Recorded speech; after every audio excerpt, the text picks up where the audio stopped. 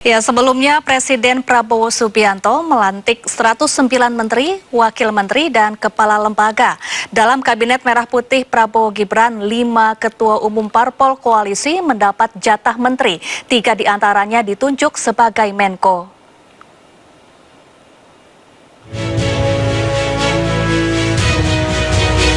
Presiden Prabowo Subianto langsung mengumumkan susunan Kabinet Merah Putih tadi malam atau sekitar 12 jam sejak ia dilantik sebagai presiden. Sementara pelantikan kabinet digelar siang ini di Istana Negara Jakarta. Kabinet Merah Putih Prabowo Gibran diisi 109 menteri, wakil menteri, dan kepala lembaga. Jumlah yang jauh lebih banyak dibandingkan periode Presiden ke-7 Jokowi. Jumlah menteri koordinator pun bertambah menjadi 7. 3 diantaranya merupakan ketua umum parpol, yaitu Menko Infrastruktur dan Pembangunan Kewilayahan Agus Harimurti Yudhoyono, Menko Pemberdayaan Masyarakat Muhaimin Iskandar, dan Menko Pangan Zulkifli Hasan. Sementara 4 Menko lainnya yaitu Menko Politik dan Keamanan Budi Gunawan, Menko Hukum dan HAM Imigrasi dan Pemasyarakatan Yusril Iza Mahendra, Menko Perekonomian Airlangga Hartarto, dan Menko Pembangunan Manusia dan Kebudayaan Pratikno. Sementara 2 ketua umum parpol lainnya yaitu Ketum Golkar Bahlil Lahadalia tetap menjadi Menteri SDM dan Ketua Umum Partai Prima Agus Jabo sebagai Wamen Sosial. Sementara itu, Partai Nasdem meski berada di koalisi Prabowo mengaku tidak mengirimkan satupun nama di kabinet. Juga tidak ada satupun kader PDIP yang bergabung di kabinet Prabowo meski sebelumnya kabar kedekatan Prabowo Megawati santer terdengar. Bahkan keduanya berencana bertemu dalam waktu dekat. Kabinet Merah Putih terdiri dari 53 orang menteri dan kepala lembaga serta 56 wakil menteri. Selain wajah-wajah baru, Kabinet Prabowo masih diisi belasan menteri lama era Jokowi dengan posisi sama. Di antaranya Sri Mulyani, Budi Gunawan Sadikin, Tito Karnavian, Erick Thohir, dan Dito Aryo Tejo. Dari sejumlah wajah baru di kabinet, sosok Mayor Teddy cukup menarik perhatian. Ajudan kesayangan Prabowo selama bertahun-tahun itu didapuk sebagai sekretaris kabinet. Tim Liputan iNews melaporkan.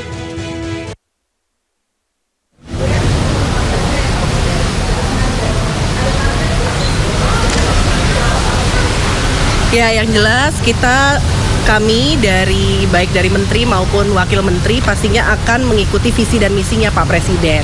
Bagaimana kita semua bekerja keras agar Indonesia maju dan bisa mewujudkan Indonesia emas di 2045. Dan untuk kami di Kementerian Kependudukan dan Pengembangan Keluarga, garis miring BKKBN, Badan Kependudukan dan Keluarga Berencana Nasional, kami tentunya siap bekerja keras untuk mewujudkan itu. Karena ada banyak hal yang harus dilakukan, baik itu di masalah kependudukannya maupun terkait dengan keluarga. Karena bagaimanapun juga masalah demografi adalah masalah yang sangat penting, karena kita kalau tidak bisa menggunakan bonus demografi, ini tentunya akan bisa menghambat nantinya kemajuan ke depannya. Jadi ini yang menjadi salah satu di program yang harus dilakukan, dan tentu saja Pak Presiden terpilih, Pak Presiden Prabowo juga menyampaikan bahwa penting untuk menggerakkan PKK dan Posyandu ke depannya. Dan mudah-mudahan nantinya keluarga Indonesia dapat lebih sejahtera dan dapat juga lebih bahagia, dan nantinya bisa menuju generasi emas Indonesia emas 2045. Jangka pendeknya, kita tunggu ya. Nanti kita langsung segera koordinasi, besok udah langsung koordinasi, nanti kita akan sampaikan. Makasih. Foto keluarga. Oh, foto keluarga. Hukum, HAM, kemudian imigrasi dan pemasyarakatan tentu juga akan melakukan koordinasi terhadap lembaga-lembaga lain yang selama ini memang terkait dengan pembangunan hukum. Dan saya kira itu yang akan menjadi fokus tugas kami, dan insya Allah kami akan laksanakan tugas itu dengan baik. Terkait lapas mungkin ada tindakan apa? Ya? Terkait lapas kan? Nanti kan operasionalnya ditangani oleh Menteri Imigrasi dan Pemasyarakatan. Sedangkan kami itu lebih banyak merupakan koordinasi, perumusan program, penajaman, pengawasan dan lain sebagainya. Pak Yusuf berkantor di mana nanti, Pak? Sementara ini di kantor Kemenkumham di Jalan Rasuna Said. Untuk kementerian baru yang dibawa Bapak, pembagian kantornya bagaimana, Pak? Teknis sih sebenarnya sudah dipersiapkan oleh Kemenkumham, oleh Pak Supratman beberapa waktu yang lalu, dan hari ini akan mulai menempati kantor yang baru di Kumham itu. Jadi kan sebenarnya Dirjen Imigrasi, Dirjen Pemasyarakatan kan ada di sana sebenarnya, dan begitu juga HAM kan ada di sana juga. Jadi cuma sementara ini akan menempati gedung di bekas Kementerian Hukum dan HAM di Rasuna Said. Seperti kemarin saya sudah sampaikan bahwa arahan beliau adalah ya ke depan perekonomian pertumbuhan harus lebih tinggi lagi, dan kedua indeks-indeks terkait dengan kemiskinan Gini rasio terperbaiki, dan kemudian program-program yang terkait dengan lapangan pekerjaan, artinya investasi harus digenjot kembali sehingga padat karya bisa didorong. Posibilitas swasembada pangan? Swasembada pangan disiapkan, salah satunya kan kita sudah sedang mempersiapkan food estate, dan arahan beliau dalam 3-4 tahun ini bisa dilaksanakan sekaligus untuk swasembada energi, antara lain dengan penerapan biodiesel yang tentu kita kaji bisa sampai bio 100, dan demikian pula bioetanol. Pak, untuk anggaran makan siang gratis ada revisi? Sementara di APBN sudah ada, tidak ada perubahan. Ya, image koperasi ini tidak UMKM. Kita perlu koperasi yang besar, yang solid, yang bisa mensejahterakan anggotanya. Pasti gitu loh. Jadi koperasi ini yang pasti kan gini, koperasi ini harus diberi branding. Tingkat kepercayaan masyarakat terhadap koperasi ini harus kita tingkatkan. Gitu loh. Pak, modal apa sih Pak yang sekiranya Bapak kuat gini, kan sebelumnya Bapak jadi Menkominfo nih, di kementerian baru. Paling modal apa nih yang Bapak yakin akan bisa menjalankan Menteri Koperasi selama 5 tahun ke depan?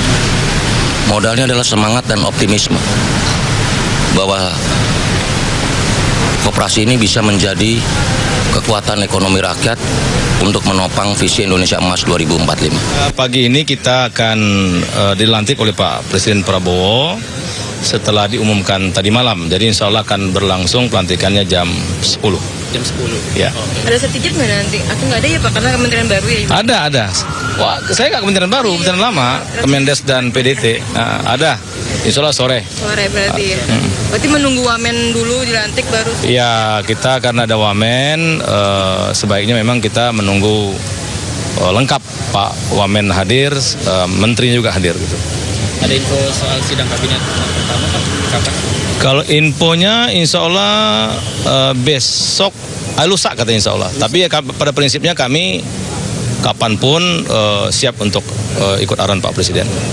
Iya, yang pasti kan saya kementerian yang sangat strategis, Menteri Desa dan Pembangunan Daerah Tertinggal ya, di mana hampir 80% penduduk Indonesia itu di desa, dan sumber-sumber pangan, sumber-sumber kehidupan kan banyak di desa. Jadi fokusnya memang harus lebih ekstra, dan itu dunia saya karena saya memang orang desa gitu loh. Jadi alhamdulillah chemistry-nya insya Allah nyambung langsung.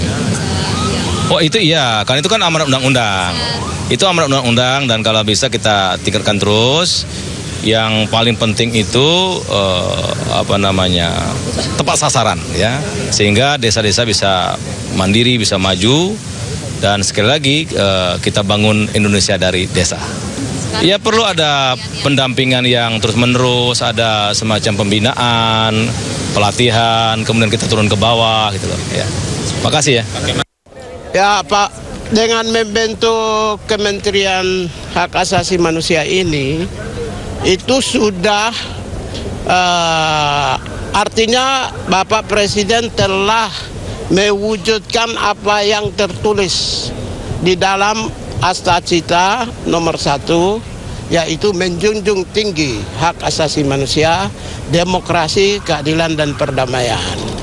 Dengan demikian, based on human right. Jadi seluruh kebijakan dalam sektor apapun itu pembangunan berbasis pada hak asasi manusia. Itulah yang sebenarnya yang Pak Prabowo, saya sebagai orang yang nanti akan melaksanakan kebijakan politik hak asasi manusia, maka pembangunan berbasis HAM menjadi prioritas dan sangat penting.